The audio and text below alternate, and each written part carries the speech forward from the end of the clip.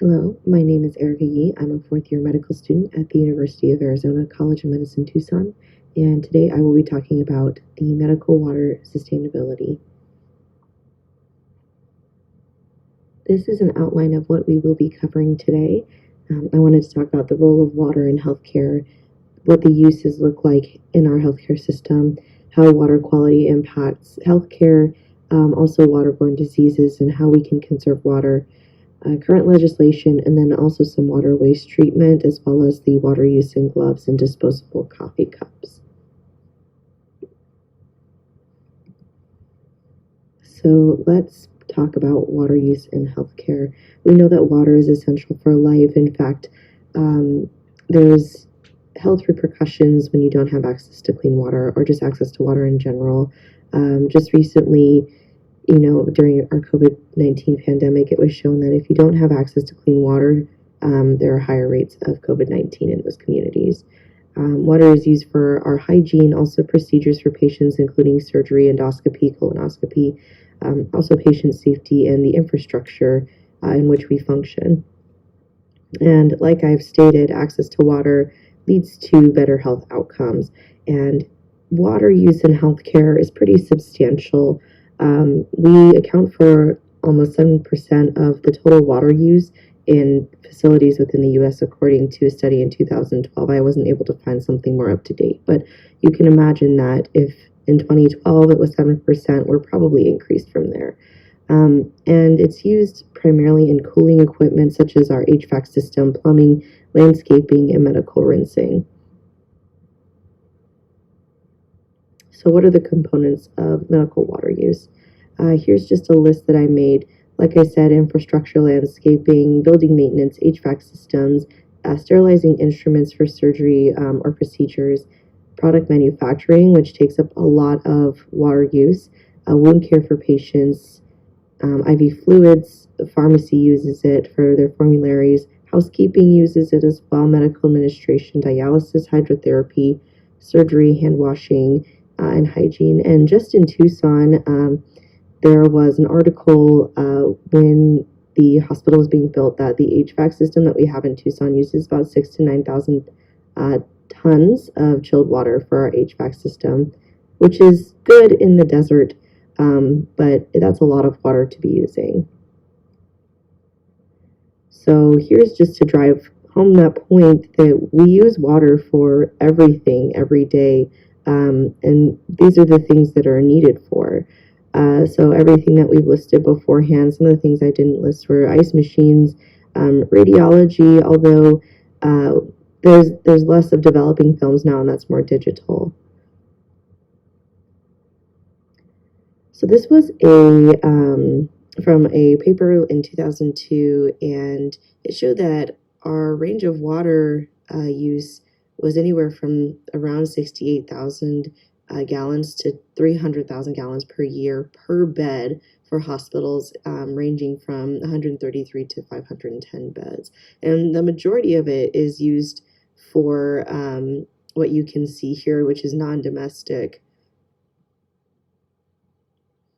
Again, just another graph that's showing you what we use our water for.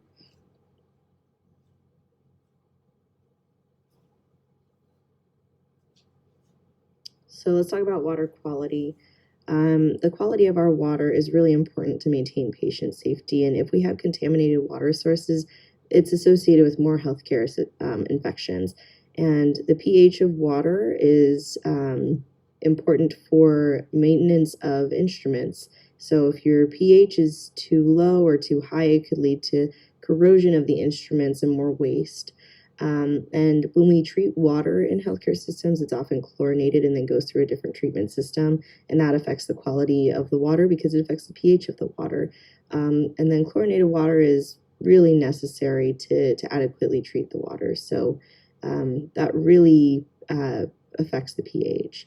And if it's inadequately treated, then we have a higher microbial burden, but also not just microbial burden, but higher antibiotic or drug residues in that water, which leads to more drug-resistant infections.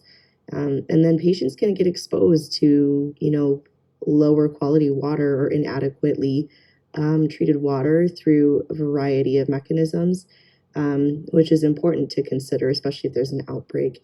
And it's disproportionately affecting areas that don't have access to adequate water treatment, and that is usually lower middle income areas.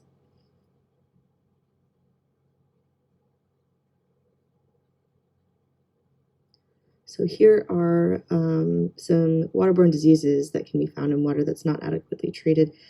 And this has actually been happening more and more just due to our rising temperatures. So the water treatment is harder to control or harder to do, and it leads to an inability to maintain adequate water treatment. So you can imagine with some of these bacteria uh, that those infections can be pretty severe for select populations. And here's just an example. This is what happened in 2014 here in Tucson at the VA. People were finding Legionella in the water sources, and I believe there was one that happened at Banner, but I was unable to find the source for that. So, what can we do to conserve water? Um, First things first, go for low hanging fruit. Check for any water leaks. Make sure that there's good water efficiency throughout the hospital. Correct any plumbing that has any issues. Instead of doing 20-second hand washes with the water faucet turned on and the water running the entire time, potentially move towards alcohol or chlorhexidine based hand washes, which I have seen more in the hospital. Um, Also correct like plumbing and what I mean by that are like fixtures. So um, instead of having regular toilets, use low flow toilets for water conservation, and then also better shower heads, and that can actually reduce our water use by 20%. For patients, you can do sponge baths instead of having them do a full shower. The other thing is this can be difficult too, limiting visitors, just because the majority of the water use can actually be from toilets flushing, and also moving non-essential employees to work from home, which is beneficial not only for the employee but also for the hospital. Um, Moving towards quicker discharge with a sound clinical judgment. I had a patient who was in the hospital for 2 or 3 weeks just waiting on the results of a biopsy, and she could have been sent home, but there were some issues with that. So just keeping those patients in mind and moving them to quicker discharge if possible. Also, educating staff is really important. We can use deionized water, reverse osmosis to decrease our energy use for our water, recycling water, maybe using gray water for plants on our landscaping, and then also improving housekeeping efficiency. So there's a lot of water use that's from washing machines, and so just making sure that, or also using hot water. So just making sure that housekeeping is aware and seeing if we can address that. And then we've moved to digital imaging equipment and radiology, which is saving water. Here's some legislation. I will tell you that there is not much oversight in water use for healthcare systems, but there are different programs that are offered, and they're federal programs. This one is a federal energy management program, and it provides water efficient technology like those shower heads and the low flow toilets that we were talking about. And it also prioritizes building meters and finding alternative water sources. Water Sense is a program that offers water saving products and rewards or rebate programs for businesses that decrease their water use. So this is a fairly new concept. Some of the wastewater treatment avenues are very interesting. Tends to be a higher amount of drug residues, though, and drug resistant bacteria in water that's not treated. And there's a variety of ways that we can address that, including oxidation photocatalysis, electrocoagulation, and electroperoxone. Some places have been constructing wetlands, but it's limited because it's prone to clogging, and it's also temperature dependent. So the lower the temperature, could really affect how the drug residues and bacteria are being absorbed. And here's just a picture of one that I found, how water wetlands work. It can remove heavy metals and then also some drugs. And here is a graph. I thought this was pretty interesting of what drug residues can be fully removed or almost fully removed by those wetlands. And this was a recent thing in 2023. But you can see that not all of the residues are going to be removed, which is concerning because, again, it can lead to more drug-resistant bacteria.